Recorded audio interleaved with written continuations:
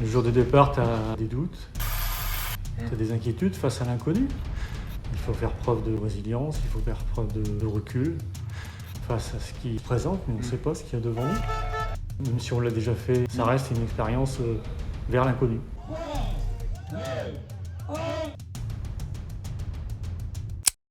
C'est l'heure du départ, on va ramener les valises. Lui, c'est Mario, le maestro. Sans lui, on n'aurait jamais mis les pieds au Portugal. Donc tu vas fermer, tu les prends. Honnêtement, sans son camion, ça aurait été une sacrée galère de tout ramener à l'aéroport. Après avoir déposé le chien et passé la douane, on était prêt à quitter le ciel gris du Nord pour le bleu de Porto. T'as déjà sorti les lunettes de soleil? On a bien récupéré les bagages, on va aller prendre le taxi qui va nous ramener à l'hôtel où on rejoindra d'autres copains de la Race Cross. Là on est emmerdé parce que le coffre il ferme pas en fait, ça dépasse un tout petit peu. Magnifique!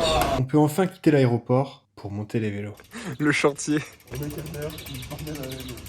T'es comment là Nico? Nico, c'est le binôme de Mario. Comme papa et moi, c'est son premier 1000 km. J'ai mis comme ça. T'as fini toi? Bon, ouais. Il est tout prêt? Yes. Celui de papa aussi c'est bon. Tu sais quoi je pense? À quoi? Je me dis que ce soit à moitié bourré à fond avec les couleurs au vélo. Quant à moi, je serai en compagnie de papa, mon joyeux binôme. Je suis trop content de faire cette aventure avec lui. On a déjà fait 500 km de la Race Cross Paris ensemble l'année dernière, mais 1000 km, c'est bien la première fois. Après quelques ratés au billard et un petit apéritif, il était l'heure de retrouver les autres au restaurant. On s'était déjà fait 3 nouveaux copains qui faisaient aussi la course. Les repas sont gargantuesques. Rien de mieux pour faire connaissance et passer un bon moment. Et à la fin des 300, ma femme avait filmé en disant je ne ferai plus jamais ça, ça y est c'est fait, c'est coché, c'est fait, merci, salut, ça y est. Et puis quand il nous a dit bah ouais mais c'est mes 50 ans, c'est au Portugal, c'est la première fois qu'ils font ça là-bas et tout. Et ouais. Je me suis dit que 1000 c'était que 2 fois 500, 500 c'était chiant mais c'était que 2 fois ça. Alors après, assez rapidement, on a été question de le faire en groupe, d'abord à 4. Après, on s'est dit que 2 duos, parce qu'ils ont une gestion des horaires un peu différente de 99,9% des autres participants. Parce qu'un bateau d'ultra, parce que grosse match, ça n'existe pas. Il n'y a qu'un seul équipage qui fait ça, c'est bon. Et après, on l'a dans une moyenne. Il faut avec notre stratégie de course avec papa, elle est un peu spéciale. Ce qu'il faut savoir, c'est que le départ de la course était donné pour 21h pour les 1000 km. Et nous, on voulait pas commencer la course avec une nuit blanche. On savait très bien que l'objectif, c'était uniquement de le finir et pas de faire un chrono. Donc après le départ, on est parti se coucher. L'organisation était tellement choquée de la stratégie qu'ils ont voulu nous donner une interview. Avec papa, on trouvait ça plutôt normal. On avait 4 jours pour boucler les 1000 km. Pour nous, c'était largement suffisant. On pouvait se faire plaisir, rouler la journée et bien dormir la nuit. Comment tu te sens là pour la course? Nickel. Un peu de stress, mais lié à la logistique. Ouais. Est-ce qu'on n'a pas oublié un truc? Est-ce que tout est bien serré? Est-ce que tout est bien rechargé? Même si on les a serrés 12 fois et rechargés 3 fois. Mais voilà, sinon, ne pose pas de questions. On n'a pas pu s'empêcher de se faire un petit déblocage de 2 heures le mardi matin, la veille de la course. C'est très important puisque ça permet de vérifier que le matos est bien réglé et aussi, et surtout, de profiter un peu des paysages. Ce que j'adore dans l'ultra, c'est qu'on vient tous pour une raison différente pour se confronter à un même défi. Pour moi, le 1000, c'est une préparation à l'objectif d'après, qui est au mois de juin, qui est un petit peu plus long. Et mon rêve ultime, c'est la TCA. J'ai 4000 km. C'est un rêve que j'ai depuis que j'ai commencé l'ultra il y a 25 ans. Moi, j'ai arrêté une bonne dizaine d'années. J'ai repris il y a 4-5 ans l'entraînement et l'ultra. C'était surtout de profiter pour le faire en groupe. On a fait ces beaux maillots avec cette symbolique qui me résume un peu mes origines familiales du côté de ma maman et mon papa. Et je suis hyper heureux aujourd'hui d'avoir mes potes avec moi au Portugal, tout simplement. Et pour moi, c'est une vraie joie de partager ça avec vous, tout simplement. Et la première épreuve, c'était un 500, l'année passée à Paris. C'était un défi que Mario nous a lancé pour nous sortir un peu de nos habitudes et la tristesse qu'on traversait par rapport au décès de ma femme. Et donc ça m'a permis de passer au-dessus et d'entraîner Antoine dans cette aventure. Et pour nous, c'était vraiment un déclenchement aussi de l'ultra. De se mettre des objectifs dans la tête de préparation et de se retrouver sur différentes courses. Le premier gros jalon qui nous rapprochait de la course, c'était lorsqu'il a fallu quitter l'hôtel à midi. Le check-in de la course, il était à 15h, donc il nous restait un battement d'environ 3 heures pour se faire un petit resto et passer un dernier bon moment ensemble avant de prendre le départ. Et là, on se rend compte quand même que c'est un sacré paquet de logistique de préparer une course comme ça. Dites-vous que tout ça, ça doit rentrer dans ça. Voilà, donc là on commence à préparer un peu la bagnole pour aller au point de départ. On commence à ressentir une première vague d'appréhension, de se dire qu'on peut pas se permettre d'oublier quoi que ce soit. Et donc ce premier départ à l'hôtel, il nous met déjà un pied dans la course, et c'est là que ça devient vachement intéressant. Et c'est dans une ambiance assez spéciale, un mélange de stress et d'excitation, qu'on s'est mis en route pour la base de vie.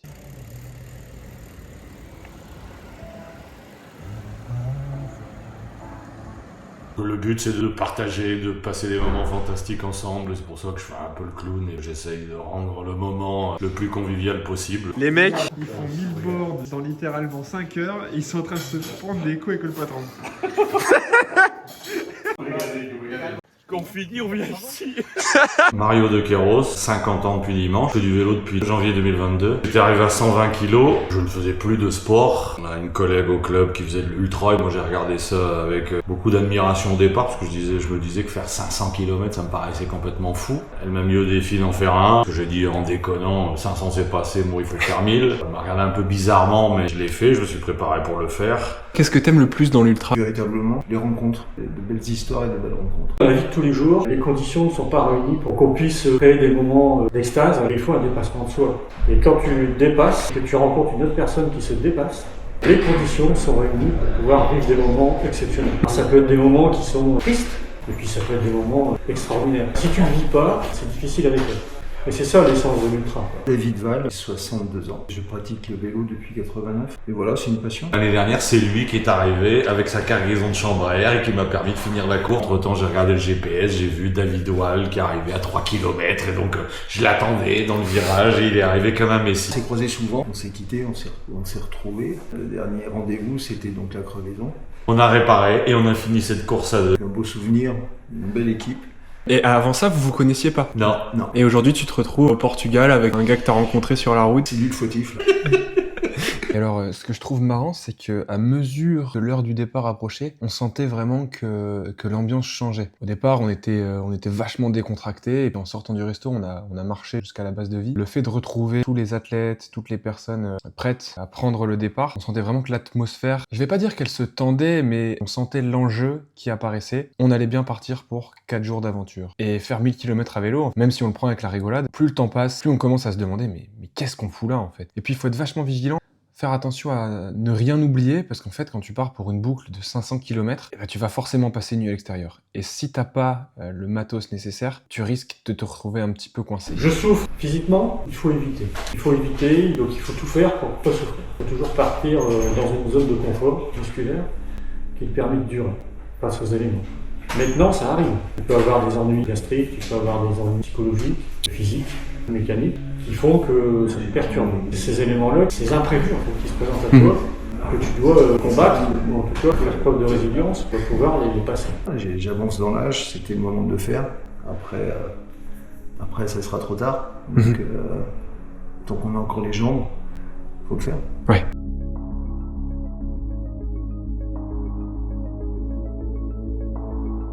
Tant qu'on a encore les jambes, faut le faire.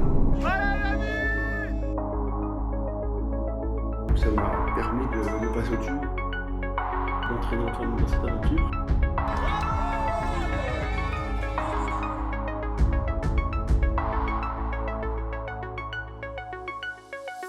Bon bah là, on fait demi-tour, j'ai pas envie d'arrêter.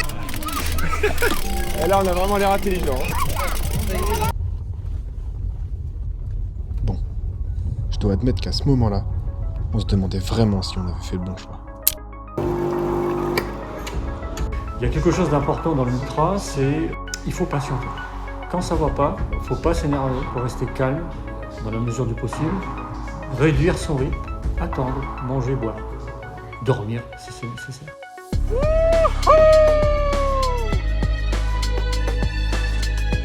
Et ces moments-là, c'est difficile à décrire parce que il faut le vivre.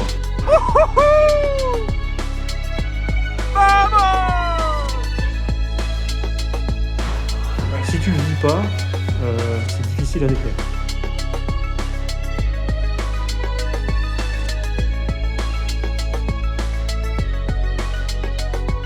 C'est une vraie joie de partager ça avec vous, tout simplement.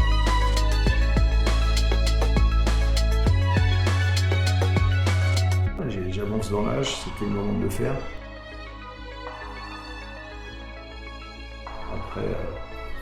Après ça sera trop tard. Ça sert à rien de lutter. À un moment, tu as été au bout de certaines choses, donc il faut attendre que ça reparte. Et ça, c'est quelque chose qui arrive. Sur des distances de 1000 km, forcément, ça arrive. La Race Cross Portugal, c'est une course en semi-autonomie.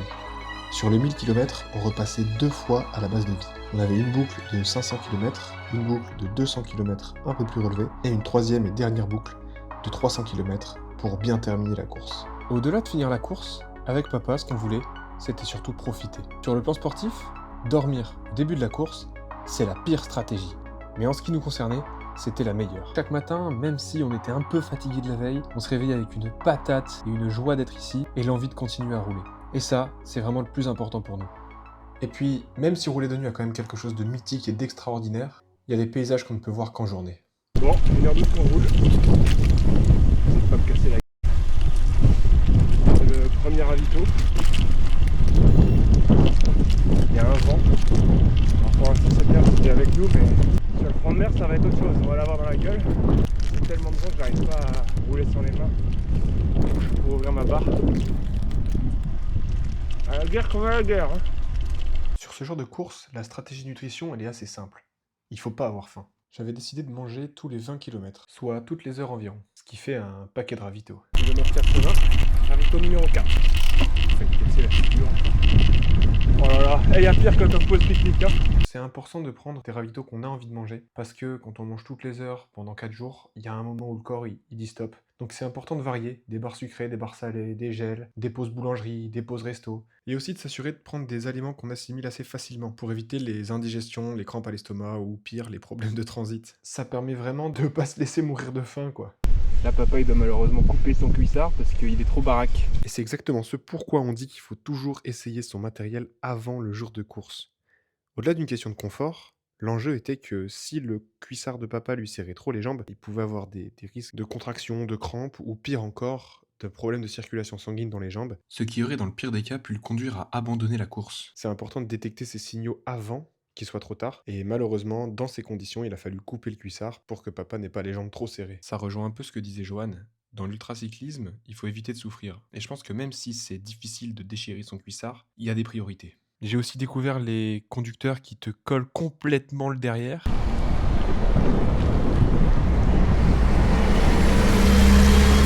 Ce qui est marrant, c'est qu'au Portugal, les mecs ils te collent pas pour te mettre la pression, mais juste parce qu'ils peuvent pas aller plus loin, quoi. Et littéralement, 3 secondes après, on a eu notre premier accident. Ah, t'es chaud, mec. Oh, papa, le rétro.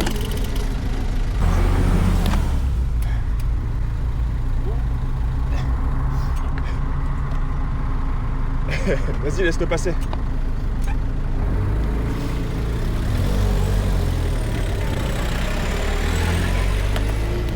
On va quand même pas avoir des problèmes dès le début. Oh, j'adore.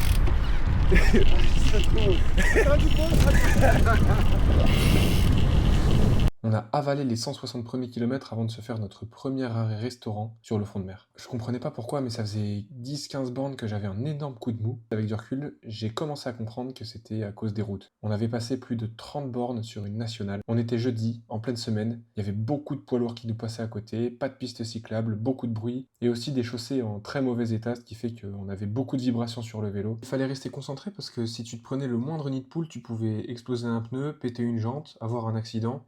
Et là, c'était fini. Le fait de rester en hyper vigilance comme ça, c'est extrêmement fatigant. C'était pas forcément hyper sécuritaire, donc très stressant pour l'organisme, ce qui fait que j'avais un sacré coup de mou. Et surtout sur une course aussi longue.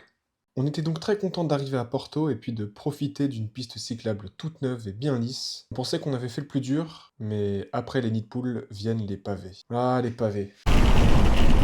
L'organisation nous avait réservé une petite surprise avec plus de 25 km uniquement en pavé. Alors déjà, faire du pavé en temps normal, c'est vraiment chiant, mais alors quand tu fais 1000 bornes, c'est terrible. Le problème avec ces pavés, c'est qu'en fait, ça renvoie tellement de vibrations dans ton vélo et donc dans ton corps que ça augmente considérablement le risque de blessure. Les vélos en carbone, c'est pas forcément fait pour absorber les chocs, donc ça te les renvoie dans le corps, et s'il a pas l'habitude, il peut craquer. On était presque content de retrouver ces bonnes vieilles départementales. Et puis, à mesure qu'on avançait dans la soirée, le trafic diminuait considérablement. Kilomètre 230, on a retrouvé le macadam. Bon là on trace, on aimerait aller jusqu'à 280. On verra si la météo nous le permet, parce que s'il fait nuit, on va plutôt aller se pioter quoi, pour être en forme le lendemain. Mais objectif 280, on verra. J'ai trouvé un petit Airbnb à littéralement 20 mètres du parcours. On va pouvoir se poser et dormir tranquillement. Je suis super content, il y avait même une petite piscine, donc on s'est fait un bain glacé pour se détendre les jambes. Très content, on a réussi à faire 285 km. Très content de cette première journée, on a été hyper constant. J'ai mal nulle part musculairement, donc c'est un super point. Par contre, je commence à avoir mal aux poignets parce que les 20 bornes de pavé m'ont bien tapé les poignets. Et puis des irritations au niveau des fesses quoi. Les pavés vibraient tellement que la selle du vélo arrêtait pas de frotter et ça fait un peu mal quand même. Le reste impeccable, hydratation nickel, alimentation nickel, on s'est fait des bons ravitaux, on a mangé régulièrement. Bon ben les amis, on est reparti après une nuit de 6 heures. Super bien dormi, franchement j'ai chargé les batteries à bloc, donc ça fait super plaisir. Là on va aller se prendre un petit déj dans 2 heures, histoire de recharger les gourdes et puis de manger un bon morceau. Bah voilà, sur le périph' de Brague, super. Kilomètre 415. Ça monte, mais c'est super beau. Pour vous tenir informé de l'état de forme, je commence à avoir mal au genou. La douleur un peu inflammatoire. Donc j'espère que ça va aller, on roule doucement et puis on verra bien. Là on part pour 80 bornes jusqu'à la base de vie. On mange un plat de pâtes, on refait 3 heures et on dort. Ça c'est le plan. Kilomètre 445. Là on est sur l'autoroute, c'est n'importe quoi.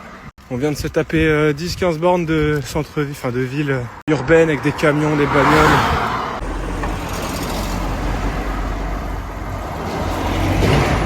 Très fatigant mentalement. Là, dites-vous qu'on retrouve un peu le calme, même si les voitures roulent vite. Après, il y aura une grosse descente de 6 km et il nous restera 40 bornes avant de finir la première boucle, à savoir à peine la moitié. Faut être patient. Bon, la sécurité, on repassera. Hein. Je pensais qu'on arrivait à 492 km. J'ai pas du tout la bonne version. La bonne version est à 513, donc ça nous rajoute 20 km, soit 1 heure. Mentalement, c'est dur. Mais bon, on s'accroche. Dans 1 heure, on mange des pâtes. Lorsqu'on arrive à la base de vie, je suis méga boosté parce qu'on a rattrapé Nico et Mario. Je suis trop content déjà de les retrouver parce que ça fait du bien de revoir des petits visages familiers sur la base de vie. Mais aussi parce que ça veut dire que notre stratégie, elle pourrait payer. Le temps qu'ils repartent, on n'était plus qu'à 1 heure de retard sur eux. On est arrivé à la base de vie à la tombée de la nuit vers 19h. Et là, on s'était dit que le plan était simple. On mange rapidement, on est efficace et on repart. Forcément, il y a un problème. Et le problème, en mangeant, mon corps s'est complètement froidi. Lorsqu'il a fallu se relever pour partir, j'étais incapable de faire le moindre effort. Mes genoux étaient trop enflammés, ils avaient trop refroidi. Et là, c'est pas le choix. Je suis obligé de dire à papa que je pourrais pas reprendre le départ le soir. Une des règles de base dans l'ultracyclisme, c'est de ne jamais abandonner le soir. Une bonne nuit de sommeil, ça peut toujours faire du bien. Dans mon cas, c'était une inflammation, donc j'avais quand même l'espoir qu'en dormant correctement, je pourrais me retaper. Mais en même temps, je me doutais bien que ça allait être compliqué de refaire la même distance avec autant de pavés et un genou enflammé. On a donc passé une nuit complète sur la base de vie en colocation avec une vingtaine de cyclistes pro-ronfleurs.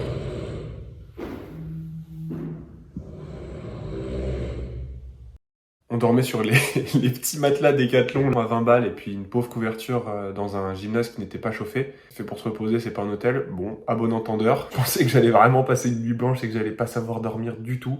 Mais j'étais tellement fatigué par les 500 bandes que j'ai quand même réussi à dormir 6 ou 7 heures, entrecoupées de ronflements. Les amis, c'est avec beaucoup de tristesse que je vous communique mon abandon. Malheureusement, la nuit n'a pas suffi. J'ai de plus en plus mal au genou et la douleur, elle est pas du tout musculaire, elle est tendineuse. Avec les autres échéances que j'ai dans l'année, je préfère me préserver. On reviendra peut-être, mais si c'est le cas, on reviendra mieux préparé. À tous ceux qui ont pas encore abandonné, bon courage. Je suis dégoûté. J'arrive pas à me rendormir, je cogite et je retombe sur toutes les photos de ce voyage. Les vallées, le soleil, la mer, les bons petits restos. Et je me rends compte qu'en fait, j'avais pas assez profité. Parce qu'en fait, cette histoire de 1000 km, c'est pas juste une course. C'est surtout de découvrir, passer des super moments avec ceux qu'on aime. Je me rends compte que j'étais à côté de la plaque depuis le début. Alors 2h30 plus tard, je réveille papa puis je lui dis on va quand même pas s'arrêter là. J'avais une idée en tête.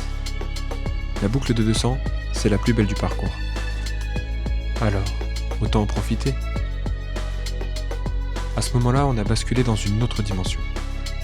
On n'avait plus rien à faire du chrono. On regardait plus le compteur. On voulait juste se faire de nouveaux souvenirs. Il n'y avait plus de course, plus d'enjeu à part celui de se faire plaisir. Celui de profiter, de garder de bons souvenirs et de n'avoir aucun regret. Parce qu'en fait, c'est l'essence même de tout ce qu'on a toujours prôné avec papa. Le plaisir avant la performance. Bon les amis, il est 9h du matin, on a décidé de repartir avec papa. On n'a plus du tout de chrono en tête, là l'idée c'est vraiment de se faire kiffer. La boucle de 200 c'est la plus belle. Il n'y a pas de raison que le jeu nous lâche parce qu'on va à notre rythme. L'idée c'est vraiment de se faire plaisir, profiter, sans se faire mal. Donc on va continuer cette aventure. Kilomètre 600, on est encore sur les autoroutes, putain. Bon, la bonne nouvelle c'est qu'on a fait 600. Voilà, tout va bien. Bon les amis, kilomètre 645. On a pris 30 bornes là depuis Porto assez rapidement. Le long du front de mer, vent dans le dos, c'était génial. Là ça fait 10 petites bornes qu'on monte et j'ai sacrément mal au genou. On s'est pris un hôtel à 685, 90 je crois. Donc là on bombarde jusque là-bas.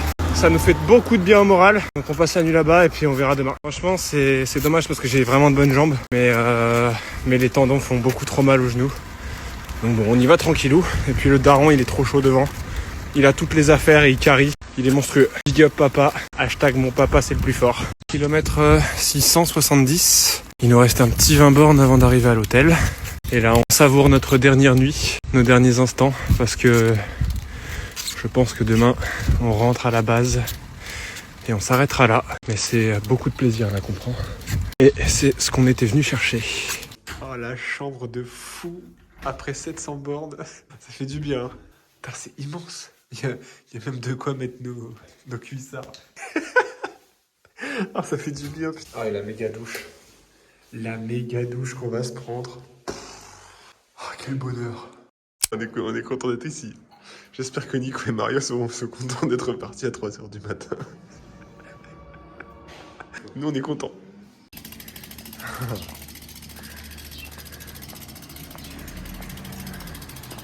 Au revoir Toutou. Te fais pas éclater hein. Bon les amis, ça se passe pas du tout comme prévu. Là je suis au kilomètre 685. Je vais essayer d'aller jusqu'au 700. Il y a une grosse côte et après ça descend. Donc je pense qu'après ça aura fait le tour. J'ai laissé papa filer pour qu'il rentre tranquille à la base de vie. Moi j'essaie de soit rentrer en stop, soit avancer au max. Et là j'ai suffisamment mal pour pas aller plus vite, mais pas assez mal pour m'arrêter. Donc je continue, je profite encore de la vie. Bon les amis, je suis arrivé à la bascule, donc ça veut dire que ça va descendre. Normalement sur 10 bornes. Donc normalement, je devrais enfin réussir au 700. Ça y est, c'est fini. Kilomètre 708, Mario est venu me chercher. Ça me fait du bien de le voir, il est tellement de bonne humeur que je peux même pas me permettre d'être déçu de pas avoir terminé. Allez, on y va maintenant. On va becter et on va boire des canons. Après manger, on a retrouvé les autres à l'hôtel. Puis on s'est fait un bon petit sauna récup. Un petit enchaînement de sauna à bain froid que Mario a beaucoup apprécié. On va essayer de pas rater une marche. La piscine n'est pas chauffée. 1, 2, 3. Ça va être dur. C'est bon, il faut la pointe des pieds. J'ai plus d'enlever mes lunettes. Puis on est retourné à ce qu'on sait faire de mieux.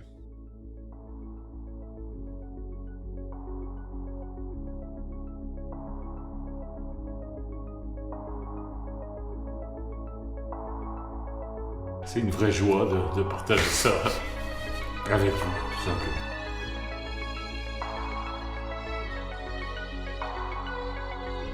Ce que j'aime probablement le plus dans l'ultra, c'est le lot d'histoires que chacun a à raconter. Ce sport est à mon sens une puissante métaphore de la vie.